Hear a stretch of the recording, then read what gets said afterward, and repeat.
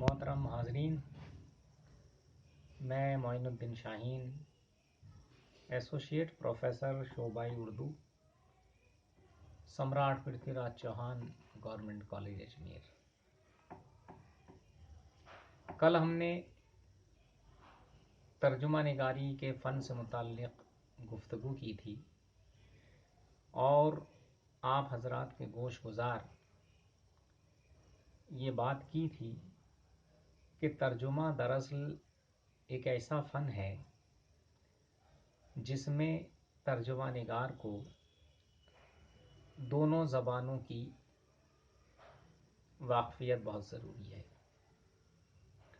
آپ کی نصابی کتاب گلہائے فارسی، اس میں بہت سی حکایتیں، بہت سی شعری تخلیقات، بہت سے اقتباسات شامل نصاب ہیں۔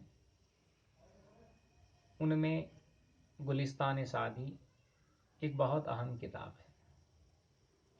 گلستان سعدی فارسی کی 4 بڑی کتابوں میں شامل ہوتی ہے اور اس میں سبق آموز قصے، کہانی اور حکایتیں شامل ہیں۔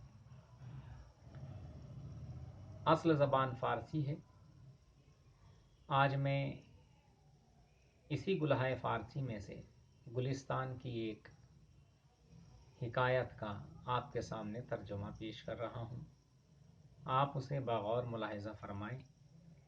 پہلے میں فارسی متن پڑھوں گا، اس کے بعد ترجمہ پیش کروں گا تاکہ آپ حضرات کو یہ اندازہ ہو جائے، یہ معلوم ہو جائے کہ دراصل ترجمہ کس طرح کیا جانا چاہیے۔ حکایت اس طرح سے ہے: ناخوش آوازے با بانگے بلند قرآن ہمی خواند،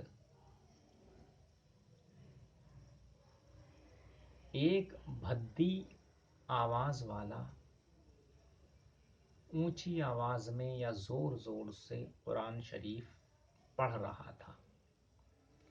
صاحب دلے برو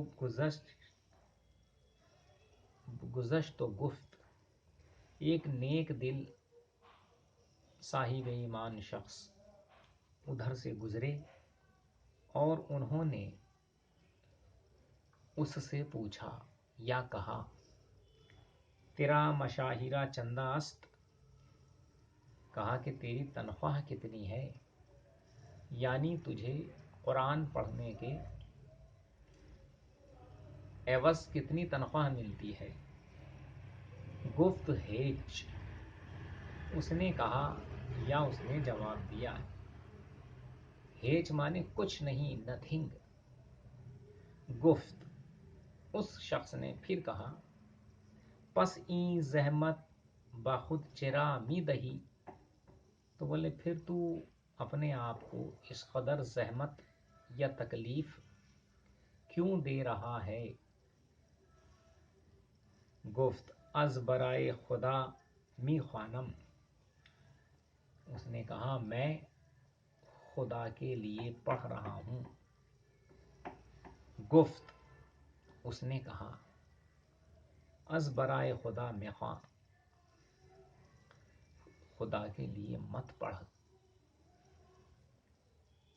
نیچے پھر دیا ہے بیت۔ بیت کا مطلب ہوتا ہے شعر، اور شعر جو فارسی میں دیا گیا ہے وہ اس طرح ہے: گر تو قرآن بدیں نمت خوانی، بے بری رونق مسلمانی،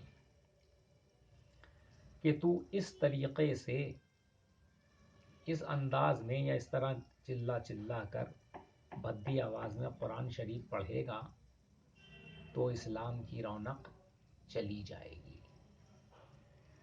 اس شعر کا مطلب یہ بھی ہوا ترجمے کے علاوہ کہ قرآن مجید اللہ تعالیٰ کی ایک مقدس کتاب ہے، اس کا مطالعہ، اس کا مشاہدہ یا اس کو پڑھنا کار ثواب تو ہے ہی، لیکن وہاں ادب و احترام بھی بہت ضروری ہے۔ یعنی قرآن شریف اگر اچھی قرأت میں پڑھا جائے، اچھے طریقے سے پڑھا جائے، جیسے کئی قاری حضرات پڑھتے ہیں تو بہت اچھا لگتا ہے۔ یہ نصیحت دے رہی ہے یہ حکایت، حالانکہ یہ نصیحت آپ کو اپنے پرچے میں نہیں لکھنی ہے، صرف ترجمہ ہی پیش کرنا ہے، لیکن آپ کی معلومات کے لیے ضروری ہے کہ اس حکایت کے مفہوم سے بھی آپ کو واقفیت حاصل ہو۔